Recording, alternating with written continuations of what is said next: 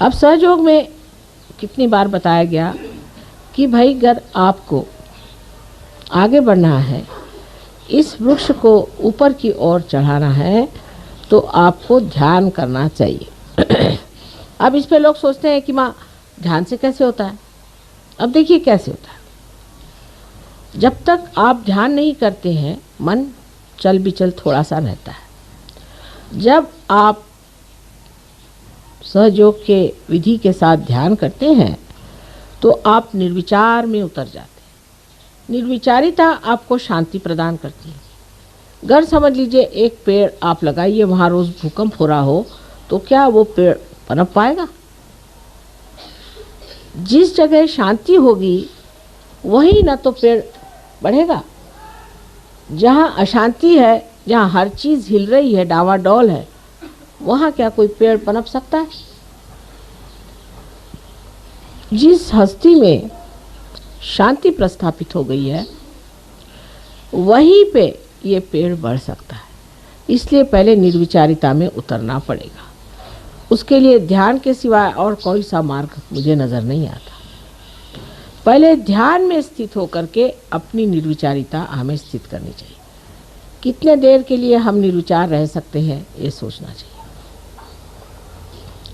जैसे अभी कोई सुंदर चित्र है, उसकी ओर आपने देखा और आप निर्विचार हो जाएं, तो सोचना चाहिए कि आपकी शक्ति बढ़ गई है। किसी भी चित्र के ओर देखने के बाद आप में अगर ऐसी भावना है कि ये चित्र अगर मुझे मिल जाए तो कैसा होगा, इसको कहाँ से खरीदना चाहिए, ये कितने का है, ये किसने बनाया, माने अगर विचारधाराएं शुरू हुई, तो ये समझ लेना चाहिए कि हमने इस चित्र से प्यार करना शुरू कर दिया है, अपने से नहीं।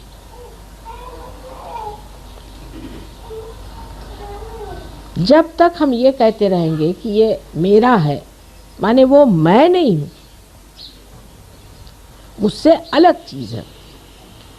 तो जब अपने को हमें बढ़ाना है और इसकी पूरी वृद्धि करनी है, ग्रोथ करनी है, तो ज़रूरी है कि हम ध्यान में रहें और निर्विचारिता अपने अंदर स्थापित करें। जब तक निर्विचारिता स्थापित नहीं होती है, सहयोग बातचीत ही बातचीत रह जाएगी। जब तक हम अपने से ही प्यार नहीं कर सकते, तो हम दूसरों से क्या प्यार करें। लेकिन प्यार का अर्थ ये नहीं होता है कि अपने से प्यार करने का मतलब ये है कि हमारे बहुत सारे रुपए पैसे इकट्ठे हो जाएं, या हमारे पास 10-12 मोटर गाड़ी हो जाएं और हम बड़े आराम से घूमते फिरते रहें। ये जो लोग पा भी लेते हैं, वो भी आप जानते हैं माँ के पास आते हैं और कहते हैं कि माँ इसका कुछ इलाज करें, हम तो भर पाए, वो भी सुखी नहीं। ज़रा दरवाज़ा बंद कर लीजिए, आवाज़।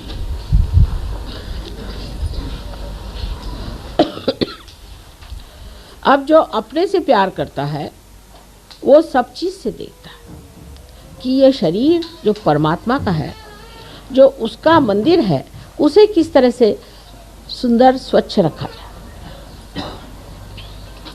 इस मामले में भी बड़ी गलत धारणाएं संसार में हैं। जैसे आजकल के मॉडर्न ज़माने में बहुत सी बातें निकल आई कि साहब हर एक आदमी को दुबला होना चाहिए। अब उसके लिए चाहे आपको टीबी हो जाए तो भी आप दुबले हो जाएंगे। आप मच्छरों जैसे जब तक नहीं होइएगा, तब तक आप खूबसूरत नहीं होते। और ऐसी खूबसूरती लेके करने का क्या है। जिस शरीर का आकर्षण मनुष्य को नीचे की ओर ले जाता है, ऐसा शरीर बिल्कुल व्यर्थ है। शरीर ऐसा होना चाहिए कि जिसके अंग प्रत्यंग से चैतन्य बहे। जिस शरीर का अंग प्रत्यंग जितना भी बना हुआ है, वो ऐसा हो कि जिससे सबका शुभ हो। ऐसा वो शरीर हो कि जो जहाँ एक बार छू जाए, वो चीज़ प्लावित हो जाए और उसमें से चैतन्य बहना शुरू हो जाए। ये शरीर का सौंदर्य जो है, यही दैवी सौंदर्य है। और बाह्य के सौंदर्य की ओर दौड़ना और इस तरह की धारणाओं के ऊपर चलना, कभी तो कहते हैं मोटे हो जाओ, कभी कहते हैं दुबले हो जाओ। मोटे और दुबले होना या और तरह से अपने शरीर को चमकाना, इसकी कोई भी सहयोग में खास ज़रूरत होती नहीं। कि लोग बहुत सारे ये सोचते हैं कि 10 बार नहाने से तंदुरुस्ती अच्छी होती है। कोई लोग ये सोचते हैं कि बदन पे हर तरह के लेपन लगाने से शरीर अच्छा होता है। इसकी आपको कोई ज़रूरत नहीं है, स्वयं आपके अंदर ये सब चीज़ें कार्यान्वित हैं।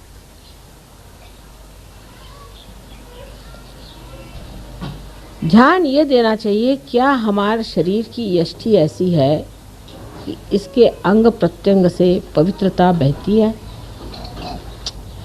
हमारी ओर देखकर लोगों को क्या पवित्रता की भावना आती है कि अपवित्रता की?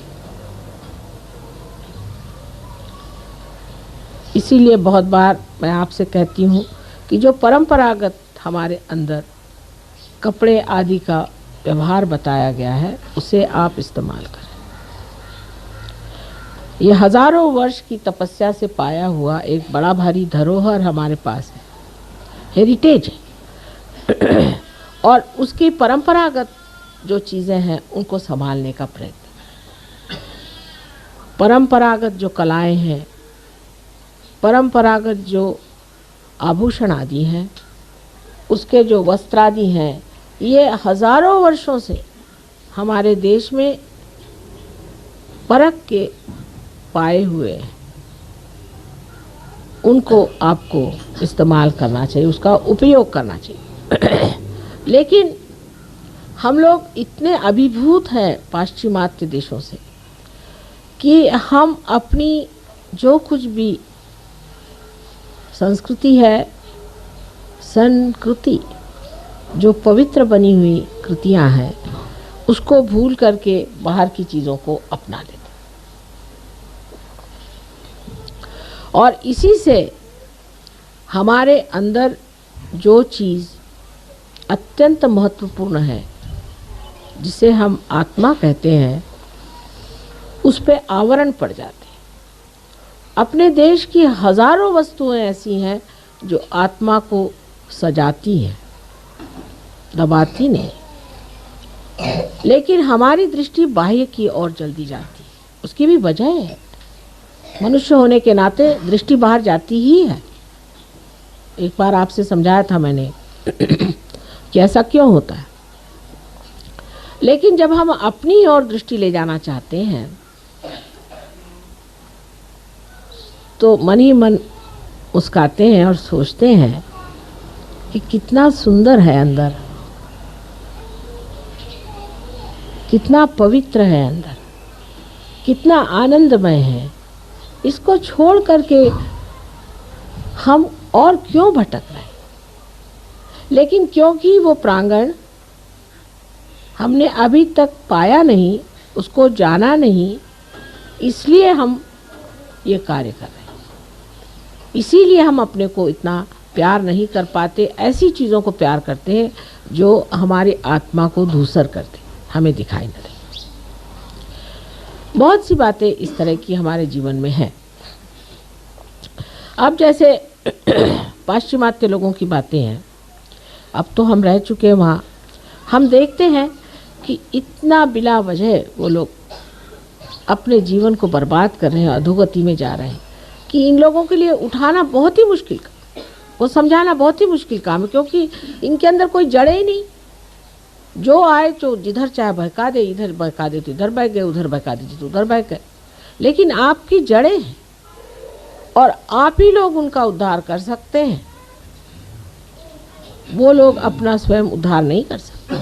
उनकी मदद आपको करनी कि अपनी जड़ों को पहचानें।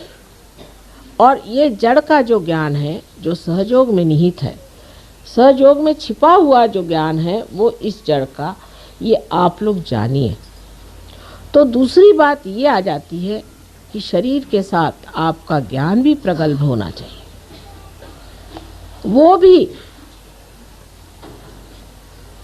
एक संतों जैसा होना चाहिए।